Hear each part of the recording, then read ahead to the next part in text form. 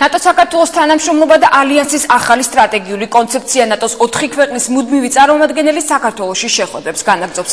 ალიანსის და საქართველოს ურთიერთობაზე, პარტნიორობასა და სამხედრო სფეროში დაგეგმილ რეფორმებზე ნატოს წევრი ქვეყნების ელჩებმა კიდევ ერთხელ ამჯერად ეროვნული და ეთნიკური უმცირესობების წარმომადგენლებთან ისაუბრეს. შეხვედრა, რომელსაც რეინტეგრაციის საკითხებში სახელმწიფო მინისტრის დაესწრო, კითხვა-პასუხის რეჟიმში გაიმართა.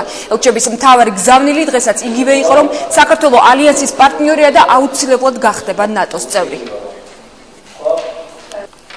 კეთი ბოჯგოგორთობა პირდაპირ ეთერში. კეთი, რა შეკითხვები ჰქონდათ უმცირესობის წარმომადგენლებს დელეგაციის წევრებთან?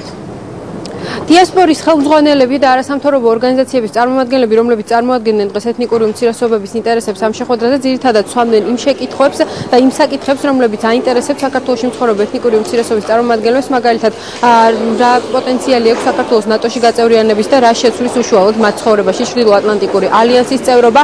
შეხვედრის ყველა მონაწილე დღეს ერთხმად აცხადებდა იმას, რომ განსაკუთრებით მნიშვნელოვანია ასეთი ტიპის შეხვედრები იმისათვის, რომ ეთნიკური უმცირესობის წარმომადგენლებმა მაქსიმალურად მეტი ინფორმაცია მიიღონ ნატოს შესახებ და იმ სიკეთეებზე, რასაც მოუტანს ქვეყანას ჩრდილოატლანტიკურ ალიანსში გაწევრიანება.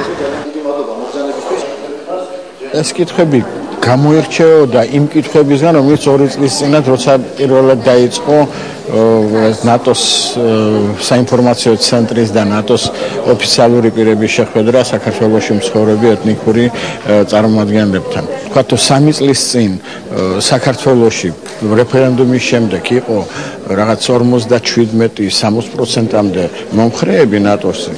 დღეს აი ამ შეკითხვებიდან გამომდინარე დაახლოებით უკვე ეს მონაცემები უახლოვდება 80%. რადგან ძირითადი დისკუსია საქართველოში ნატოს შესახებ მაინც ქართულ ენაზე მიდიოდა, არის მოსახლეობის ნაწილი, რომელსაც ამ ინფორმაციაზე ხელი არ მიუწვდებოდა. ამიტომ ასეთი შეხვედრები და ის პროექტები, რომელსაც ახორციელებს საინფორმაციო ცენტრი ნატოს შესახებ, ასევე ნატოს გუშინ გახსნილი liaison office, მე ვფიქრობ, რომ ამ განწყობებს სერიოზულად შეცვლის. მას მე რაც ხალხთან დაელაპარაკებენ და აუხსნიან თუ რაზე ელაპარაკი, რაზეა საერთოდ საუბარი, რა სიკეთეს მოუტანს საქართველოს ნატოს წევრობა. შეხვედრის მნიშვნელობაზე საუბრობენ თავად ნატოს დელეგაციის წარმომადგენლები. ჩვენ ვესაუბროთ ლიტვის მუდმივ წარმომადგენელს, რომელსაც აღნიშნა, რომ ძალიან მნიშვნელოვანია ის, რომ საქართველოში იზრდება ნატოში გაწევრიანების მხარდამჭერთა რიცხვი და მნიშვნელოვანია, რომ სწორედ ეთნიკური უმცირესობების წარმომადგენლებიც აქტიურად იყვნენ ჩართულები ამ თემაში და ამ დისკუსიაში და მათ ჰქონდეთ ადეკვატური, სწორი და საჭირო ინფორმაცია ნატოს შესახებ. ძალიან კარგი შეხვედრა იყო. მთავარი შეკითხვა იყო თუ როგორ იღებენ უმცირესობები ინფორმაციას ნატოს შესახებ მშობლიურ ენაზე. კარგია, რომ ნატოს საინფორმაციო ცენტრი მუშაობს იმაზე, რომ ეთნიკურმა უმცირესობებმა მაქსიმალური ინფორმაცია მიიღონ ნატოს შესახებ.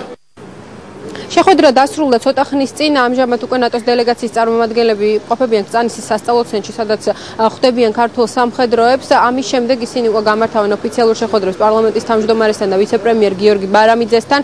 როგორც თბილისში აცხადებენ, განსაკუთრებით მნიშვნელოვანია ეს ვიზიტი ლისაბონის სამიტის წინ, რადგან ეს არის ნატოს მხრიდან კიდევ ერთი დეკლარირება იმის შესახებ, რომ საქართველო აუცილებლად გახდება ნატოს წევრი და ბუქარესტის სამიტის გადაწყვეტილება დარჩება ძალაში. რაც შეეხება თავად ნატოს დელეგაციას, ვიზიტი დღეს დასრულდება. მადლობთ კეთი ბოჯგო საუბრობდა მოამბის პირდაპირ ეთერში. ნატოს კვირეულის ფარგლებში ალიანსის წევრი ქვეყნების ელჩებმა არაოფიციალური შეხვედრა ქართულ პოლიტიკოსებთან გამართეს. მთავარი თემა ნატოსთან სამომავლო თანამშრომლობა და ჩრდილოატლანტიკურ ალიანსში ინტეგრაცია იყო. შეხვედრას ხელისუფლების საპარლამენტო და არასაპარლამენტო ოპოზიციის, ასევე დიპლომატიური კორპუსების წარმომადგენლები ესწრებოდნენ. ბახშმის დასრულების შემდეგ ქართულმა პოლიტიკოსებმა ლისაბონის სამიტამდე ნატოს დელეგაციის საქართველოში ვიზიტის მნიშვნელობაზე ისაუბრეს.